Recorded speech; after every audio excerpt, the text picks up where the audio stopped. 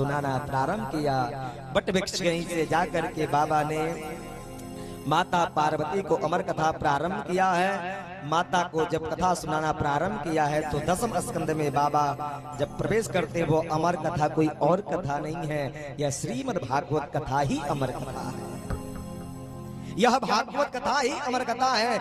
इसी कथा को ही भगवान भोलेनाथ ने माता पार्वती को सुनाया। और जो ही बाबा ने दसम स्कंद में प्रवेश करते हैं माता को नींद आ जाती है, मैया सो जाती है और कथा सुन नहीं पाती है। माता जी का जब नींद खुलता है तो माता जी कहती है कि हे प्रभु, मैंने कृष्ण और उद्धव संवाद को श्रवण नहीं कर पाया। माता जी से भोले बाबा कहते हैं क्यों देवी सो गई थी क्या? क्योंकि भोले बाबा जब कथा सुना रहे होते हैं तो माता पार्वती से कहते हैं कि देवी जब मैं कथा सुनाऊंगा तो मैं ध्यान मग्न हो जाऊंगा, इसलिए आप बीच बीच में हुकारी पारते रहना। हुकारी पारते रहोगे तो मुझे ये पता चलेगा कि आप कथा सुन रही हो। माता जी तो हुकारी पारते पारते दसम स्कंद में सो गई। उस बट वृक्ष के ऊपर एक सुख पक्षी बैठा हुआ था। सुख पक्षी का अंडा था, वो सुखे का आकार ले लिया। अब वह भागवत जी की अमर कथा सुनने लगा। वह तोता अपने मन में विचार किया कि माता जी तो सो गई, अगर ये हुकारी नहीं पारेंगी तो बाबा कथा बंद कर देंगे, विश्राम कर देंगे। सुबह तोता हुकारी पारने लगा और सारी कथा को सुना। माता का जब नींद खुला माता ने बताया कि हे प्रभु, मैं भगवान की कथा को पूर्ण रूप से नहीं श्रवण कर पाई। सो बाबा ने कहा क्यों आप सो गई थी क्या?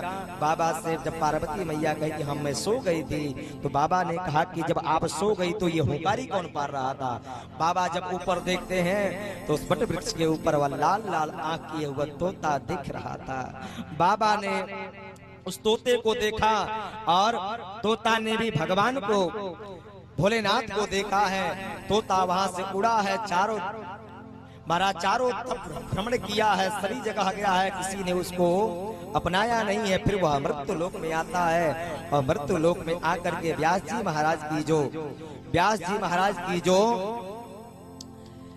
पत्नी है पिंगला, वो स्नान करके अपने बालों को सुखा रही होती है। उनको उबासी आता है, मूंगफल के उबासी कर लेने लगती है। तब वह तोता ही व्यास जी महाराज के पत्नी के मुखारविंद में प्रवेश कर जाता है। प्रेम से बोलिए श्री सुखदेव जी महाराज की जय।